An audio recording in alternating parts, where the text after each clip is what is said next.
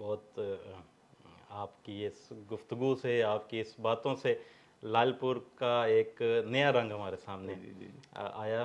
آپ کا بہت شکریہ. اچھا سر، جو نوجوان نسل ہے وہ بھی جاننا چاہے گی، اور میرا بھی یہی سوال ہے کہ آج کل جو اتنا جدید ڈیجیٹل طور ڈیجیٹلائزڈ ہو گیا ہے، لوگ مختلف فنون، نئے نئے فنون پڑھ رہے ہیں، تو وہاں پہ سر کہانی لکھنا، سر آپ کیا کہتے ہیں کہ یہ کہانی لکھنا کیوں ضروری ہے؟ آپ نے کیسے اس کو دیکھا؟ یہ دو باتیں آپ نے کہہ دی. ایک تو یہ ہے کہ کہانی لکھنا کیوں ضروری ہے، اور دوسرا یہ ڈیجیٹلائز ہے. ان دونوں میں اگر آپ دونوں کے پیچھے ایک کہانی موجود ہے. اب یہ ہے کہ آپ کیمرے کو اور اسکرین کو کہانی سے الگ نہیں کر سکتے، لیکن سوال یہ ہے کہ اس میں وہ تخلیقی آہنگ کب آئے گا، یہ ایک الگ سوال ہے. یعنی اگر وہ تخلیقی آہنگ نہیں آئے گا تو یہ اتھلا رہے گا. اتھلا ہوگا تو آدمی کی بھی اتھلا کرے گا، آدمی کی اتھلا کرے گا تو وہ انسانیت کے معیار سے گرے گا. میں یہ ہمیشہ کہتا ہوں کہ ہر آدمی میں، انسانوں میں، یعنی کہ آپ جمادات میں، نباتات میں، آخر کوئی فرق تو ہے. اور وہ فرق کیا ہے کہ انسان کو ایک اور شرف بھی اسے ملا ہے کہ اس کے پاس زبان ہے، زبان جس سے وہ کلام کرتا ہے، زبان جس سے وہ دوسرے تک اپنے اندر کی بات پہنچاتا ہے اور اس کی کئی جہتیں اس تک لے کے جاتا ہے. اور اس کے پاس ایک ذہن ہے جو سوچتا ہے اور اس کائنات کے درمیان رابطے قائم کرتا ہے.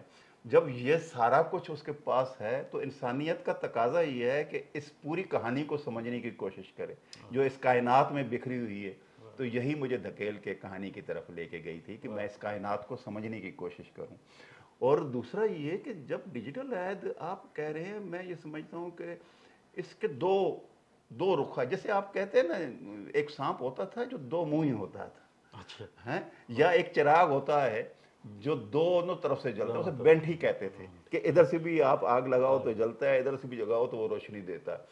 تو یہ یا تو اسے دو منہ سانپ بنا لو کہ یہ دونوں طرف سے آپ کو کاٹتا رہے، آپ کو کہا جائے اور صرف یہ مارکیٹ کا غلام بن جائے. جیسے آج کل کے دور میں ہر سائنسی ایجاد جو انسانیت کا ایک اثاثہ تھی، اسے آج مارکیٹ کا جو آپ کہہ لیں سرمایہ دار جو ہے بیٹھا ہوا وہاں پہ، اس نے ہتھیا لیا ہے. پیٹنٹ کر لیں جی اس کو.